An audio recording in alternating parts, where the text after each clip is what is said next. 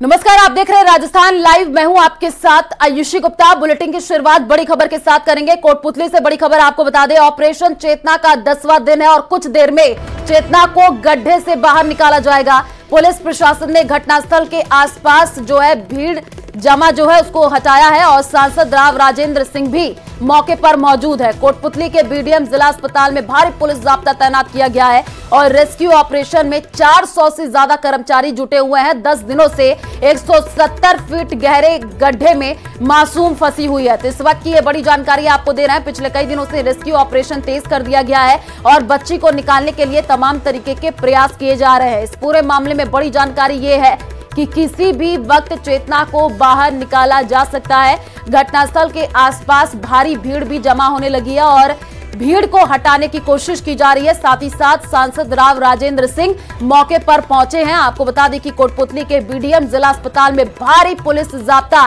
तैनात किया गया है। 2 तस्वीरें आपको टीवी स्क्रीन पर दिखा रहा है। पहली तस्वीर देखिए, टनल की खुदाई के दौरान की ये तस्वीर है और बच्ची तक पहुंचने की कोशिश टीम कर रही है और जल्द से जल्द बाहर निकालने की प्रयास किए जा रहे हैं। ये तो आप भी देख रहे हो, 1 मिनट के लिए कोई भी चाहे ए पर काम कर रहे हो चाहे हम बी पर कर रहे हो, 1 मिनट के लिए भी हमने अलग नहीं किया किसी भी आदमी को। पहले 2 आदमी उतरते थे, अब 4 आदमी हैं। 2 आदमी लेटकर काम कर रहे हैं, 2 आदमी बाहर खड़े हैं उसके। और पूरी हमारे सीएम साहब की और सांसद साहब की और आप लोगों का सहयोग हमारे पूरा रहा। मशीनरी का हमारे को सीएम साहब ने भी यही कहा, जो भी मशीनरी कैसे मंगानी हो आपके स्तर पर आए तो आपके स्तर पर, नहीं तो मेरे स्तर बताओ। सीएम साहब खुद मॉनिटरिंग कर रहे हैं इस चीज की। प्रशासन के काम से बिल्कुल संतुष्ट था जी और सीएम साहब भी हमारी फुल मदद करी है। प्रशासन फुल रात और दिन मदद करी है, जी तोड़ मदद करी है। प्रशासन मदद नहीं करता था सीडी पर कौन पहुंचता। क्या आपको लगता है कहीं आपके परिवार से कहीं गलती हो गई कि प्रशासन को गलती कहीं की? ना कोई गलती, मेरा परिवार कोई सभी है। प्रशासन बहुत अच्छी मदद करी, सीएम साहब भी मदद करी, प्रशासन फुल मदद करी। शुरू से आज 10 दिन हो गए इनके, कभी इनके घर से कभी ये बच्चा, और रात को डेली आते हैं। हमारे सांसद महोदय भी डेली आते हैं और सीएम साहब का बहुत बड़ा सहयोग रहा है। सीएम साहब ने यहाँ मतलब संसाधनों की कोई कमी नहीं छोड़ी। जो कोई दुर्भाग्य रहा है कि हर काम एक पावलिंग मशीन लाए फिर दूसरी भी उपलब्ध करवा दी, हर चीज उन्होंने डबल उपलब्ध करवाई है। कोई कमी नहीं रही है यहाँ प्रशासन की तरफ से। जो हमारे अधिकारी गण हैं जो जी जान से बरसात इसने मौसम ने हमारा साथ भी नहीं दिया, फिर भी कुदरत ने साथ दे देने के लिए बरसात में भी लगे रहे। जिस बोरवेल में बच्ची फंसी हुई थी उस बोरवेल को हमने लोकेट कर लिया है और जल्दी ही हम बच्ची को रेस्क्यू करके बाहर निकालेंगे। एक्चुअली जो बोरवेल जिसमें बच्ची फंसी हुई है वो टिल्ट हो गया था नीचे जाके, इसलिए हमारा ऊपर से अंदाजा था कि भी 8 फीट की दूरी पर मिल जाएगी, परंतु जब नहीं मिली तब हमने वाइडर भी किया उसको, डाया को, और 8 फीट से आगे गए तो 12 फीट आगे जाने पर हमें वो बोरवेल लोकेट हो गया है। तो अब जो है वो बच्ची को हम शीघ्र ही रेस्क्यू कर लेंगे।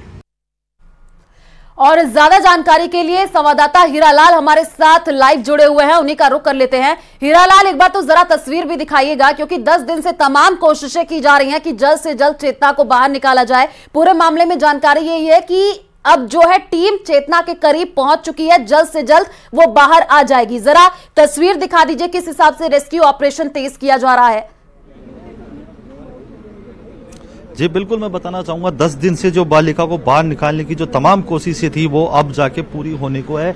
जिस प्रकार की जो मूवमेंट यहाँ देखने को मिल रही है, तस्वीरों में आप देख सकते हैं कि एनडीआरएफ के जो कर्मचारी है, जो अधिकारी है, वो लगातार मुस्तैद हो चुके हैं। आप देख सकते हैं जो एनडीआरएफ के सहायक कमांडेंट जो योगेश कुमार है वो दिशा निर्देश दे रहे हैं। जो महावीर प्रसाद जाट है जो पूरे रेस्क्यू ऑपरेशन में लगातार जो उनकी भागीदारी रही है, उनको चर्चा कर रहे हैं किस प्रकार से उस बालिका को बाहर लाने का जो प्रयास है वो किया जाएगा। क्योंकि बताया जा रहा है कि जो एनडीआरएफ के जवान नीचे जो रेस्क्यू टीम गई हुई है 170 फीट नीचे गई हुई है, 8 फीट का टनल बनाया। उसके बाद जिस प्रकार से जो बोर है जो डिसलोकेट हो गया था उसको लोकेशन उसकी जो ट्रेस की गई, उसके बाद बालिका के आसपास जो पत्थर था, जो मिट्टी था, उसको हटाने का कार्य लगभग पूर्ण कर लिया गया है। तो संभावना यही जताई जा रही है कि जिस प्रकार की जो हलचल यहाँ मची है, यहाँ काफी संख्या में जो लोग एकत्रित हो गए थे, उस भीड़ को भी पुलिस ने यहाँ से हटा दिया है। तो कहा जा सकता है कि अब यह रेस्क्यू ऑपरेशन अपने अंतिम चरण में है। तो संभावना यही जताई जा रही है कि कुछ देर बाद में जो 10 दिन का जो समय का इंतजार था, लगातार उस बालिका को बाहर लाने का जो प्रयास किया जा रहा था, वो अब पूरा होने को है। आप देख सकते हैं कि किस प्रकार से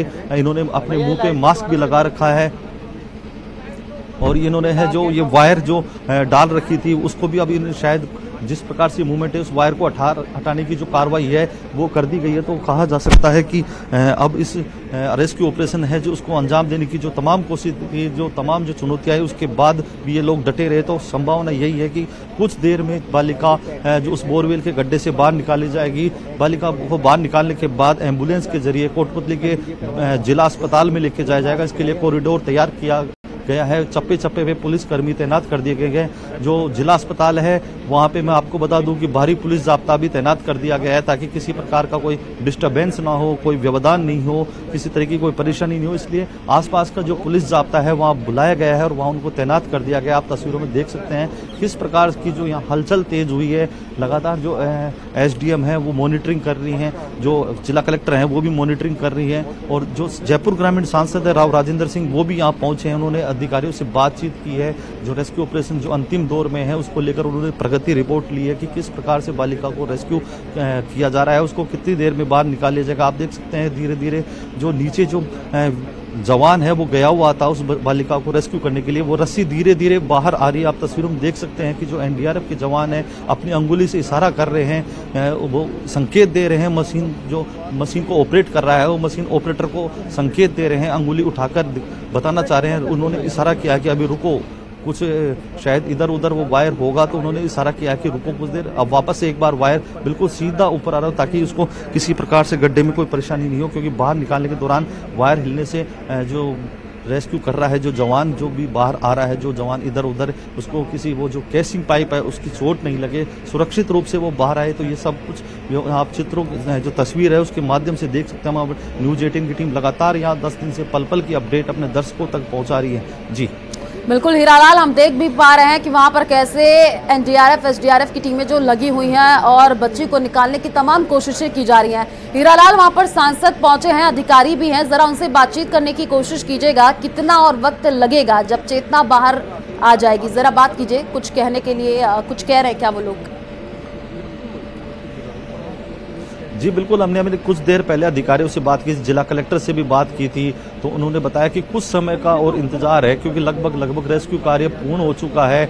और जो नीचे जो बच्ची फंसी हुई थी, जिस जगह फंसी हुई थी 163 फीट की गहराई में वो बच्ची अटकी हुई थी, तो कहा जा सकता है उसके आसपास जो पत्थर है उसको निकालने जो हटा दिया गया है और बच्ची ट्रेस भी हो गई है, बच्ची दिखाई देने लगी है। और आप देख सकते हैं जिस प्रकार से जो हलचल मची है, NDRF के जो जवान है उनको अधिकारी बुला रहे हैं और उनसे कुछ दिशा निर्देश वो देने में जुटे हुए हैं कि किस प्रकार से उस बच्ची को बाहर निकाले, क्योंकि अंतिम दौर इस रेस्क्यू ऑपरेशन का जारी है, अंतिम चरण में ये पहुंच चुका है। तो कहा जा सकता है हीरालाल, आप बड़ी जानकारी दे रहे हैं कि बच्ची दिखी है, और क्योंकि CCTV से भी मॉनिटरिंग लगातार की जा रही थी, क्या कोई हलचल देखने को मिला है बच्ची में?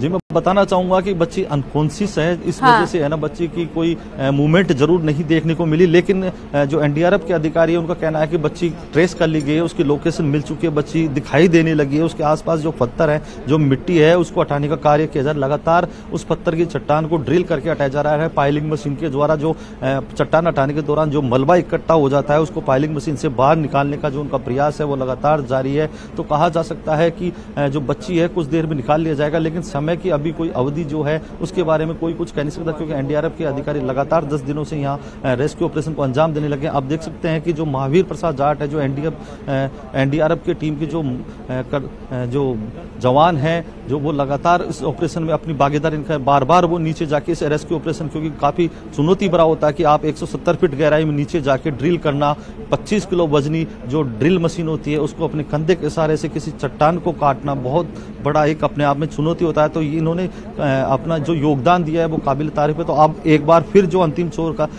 चरण का जो रेस्क्यू है उसको अंजाम देने के लिए महावीर प्रसाद जाट जो खुद नीचे जा रहे हैं। आप देख सकते हैं तस्वीरों में किस प्रकार से इनको तैयार किया जा रहा है।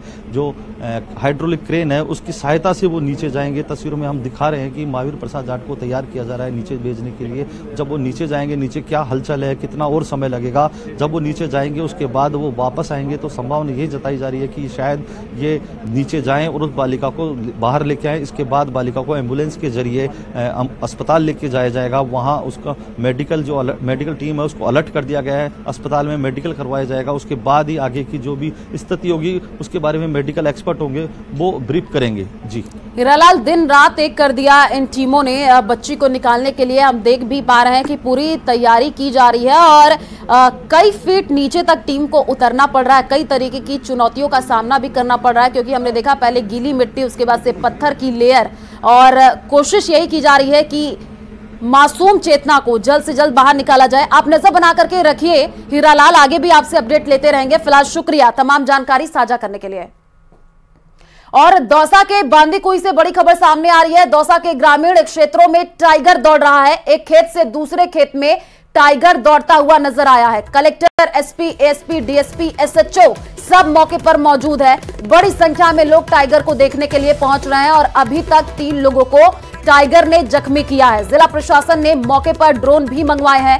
ड्रोन कैमरों से टाइगर पर नजर रखी जा रही है। आपको बता दें कि टाइगर को ट्रैंकुलाइज करने की कोशिश में टीमें जुटी हुई हैं।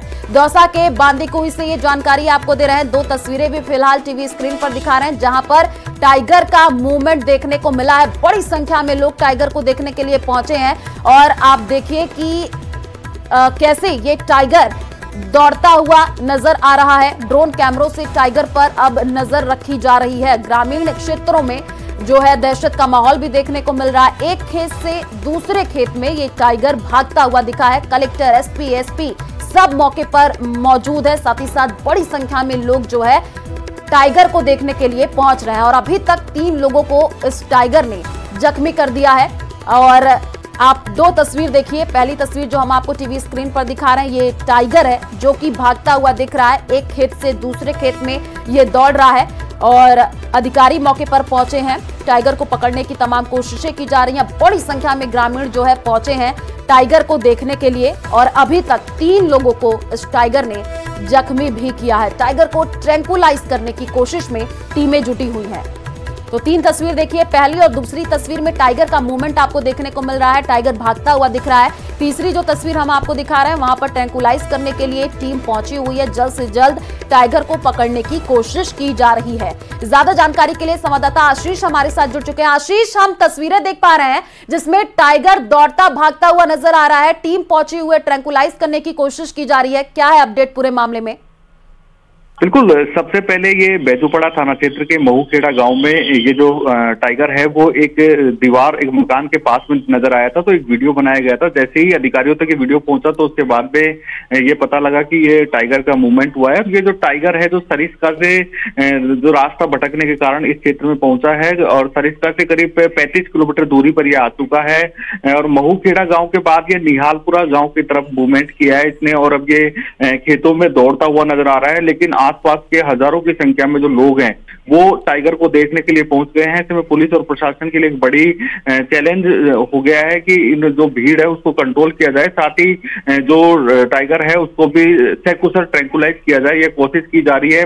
अब पुलिस और प्रशासन के आला अधिकारी मौके पर मौजूद हैं। खुद दौसा के कलेक्टर देवेंद्र कुमार, एसपी रंजीता शर्मा सहित पुलिस के आला अधिकारी मौके पर मौजूद है। साथ ही वन विभाग के अधिकारी यहाँ पर मौके पर मौजूद है। IFS V केतन कुमार के नेतृत्व में यहाँ पर टीमें मौजूद हैं। जयपुर और सरिस्का से ट्रैंकुलाइज के लिए टीमें मौके पर बुला ली गई हैं। ड्रोन कैमरे लगाए गए हैं, ड्रोन कैमरों से निगरानी रखी जा रही है। बिल्कुल आशीष, हम देख पा रहे हैं कि ग्रामीण भी भारी संख्या में मौके पर पहुंचे हैं टाइगर को देखने के लिए। जल्द से जल्द टाइगर को ट्रैंकुलाइज करने की कोशिश की जा रही है। आप नजर बना करके रखिए। फिलहाल शुक्रिया तमाम जानकारी साझा करने के लिए।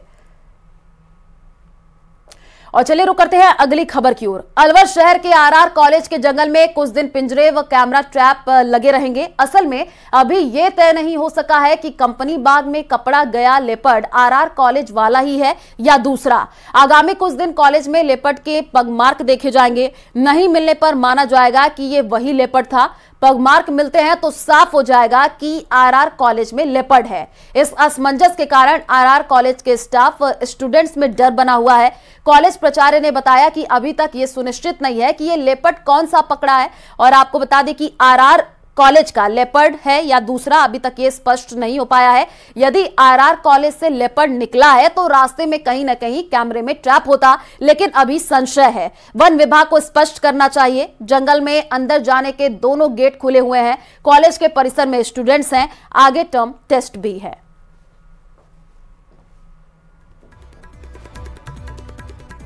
और इसी बीच झालावाड़ से बड़ी खबर सामने आ रही है। गौ माता को राजमाता का दर्जा देने की मांग है। आपको बता दें कि सामाजिक संगठनों ने जो है कलेक्ट्रेट पर प्रदर्शन किया है। मंशापूर्ण हनुमान मंदिर से जिला कलेक्ट्रेट तक रैली निकाली जा रही है।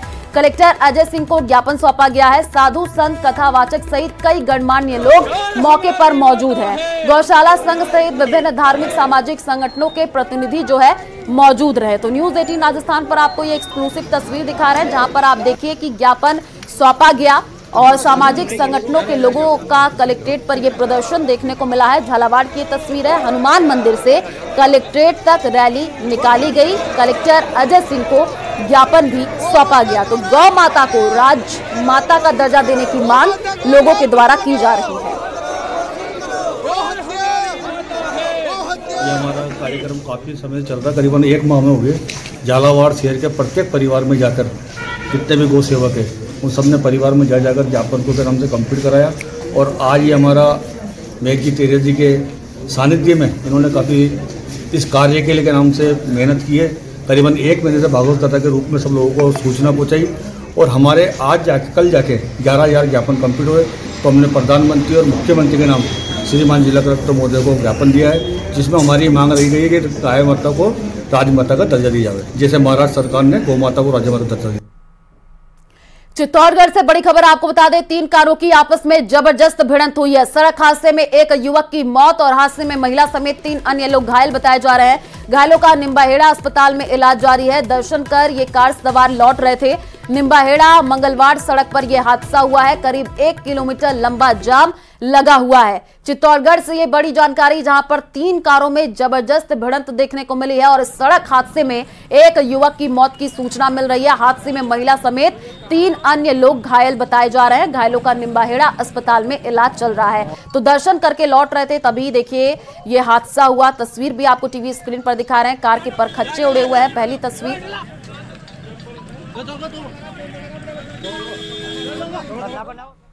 जोधपुर से बड़ी खबर सामने आ रही है। मोगड़ा तालाब में युवक का शव मिला है। तालाब में शव मिलने से क्षेत्र में सनसनी फैल गई है। 2 दिन पुराना ये शव बताया जा रहा है। गोताखोरों ने तालाब में से शव को बाहर निकाला है। अज्ञात व्यक्ति का ये शव बताया जा रहा है। विवेक विहार थाना पुलिस मौके पर पहुंची है। मामले को लेकर पुलिस शव की शिनाख्त में जुटी हुई है। जोधपुर से ये जानकारी, जहां पर तालाब में युवक का शव मिला है और शव को बाहर निकाल लिया गया है। पहचान करने की कोशिश की जा रही है। अज्ञात व्यक्ति का शव बताया जा रहा है।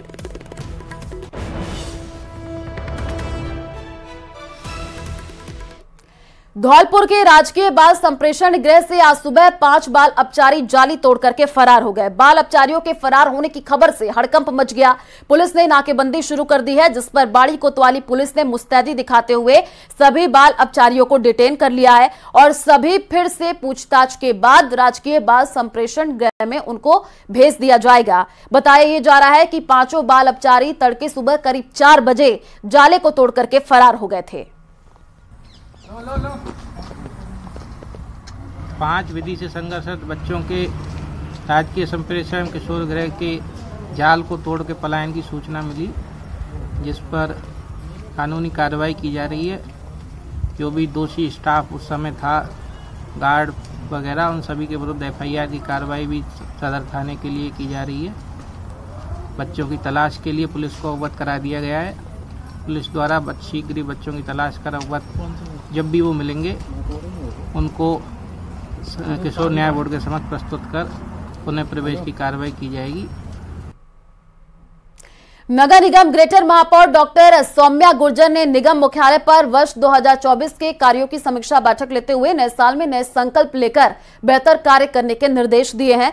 बैठक में निगम आयुक्त रुक्मणी रियाड़, चेयरमैन लक्ष्मण नूनीवाल, विनोद चौधरी, जोन एवं मुख्यालय उपायुक्त साथ ही साथ अधिशासी अभियंता मौजूद रहे।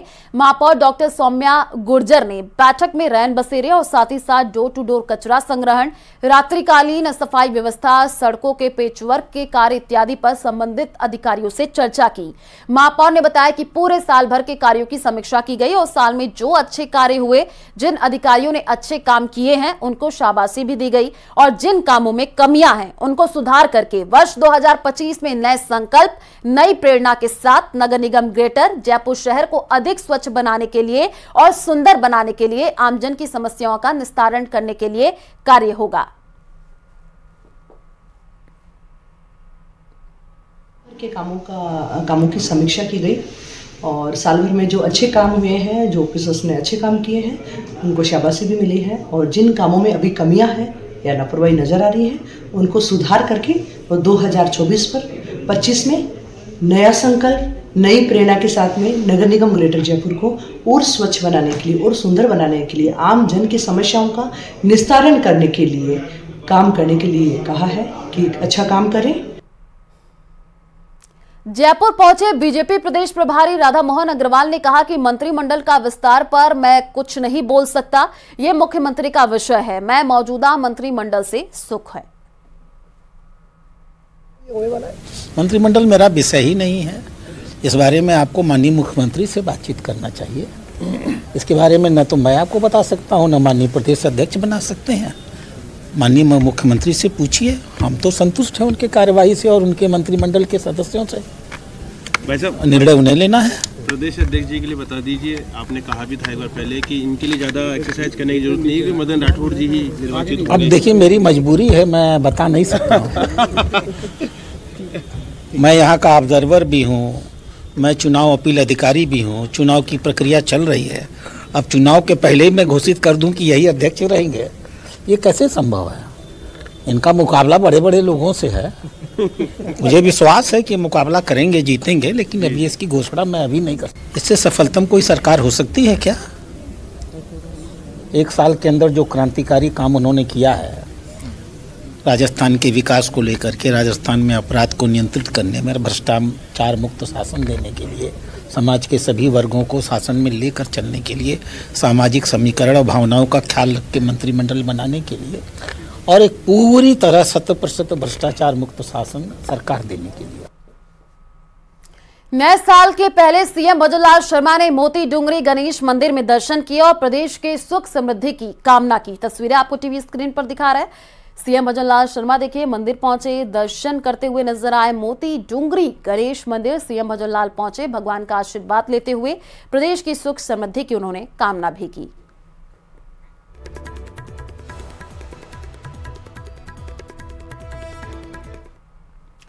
तो नए साल में जयपुर शहर के आराध्य गोविंद देव जी मंदिर में दर्शनों के लिए हजारों श्रद्धालुओं का सैलाब उमड़ा है। सुबह 3 बजे से जयपुर शहर के वासी गोविंद देव जी मंदिर में अपने आराध्य के दर्शन करने पहुंचे। सुबह 4 बजे मंगला आरती के साथ ही भगवान श्री राधा गोविंद देव जी के दर्शन कर परिवार और अपनों की सुख समृद्धि की कामना की।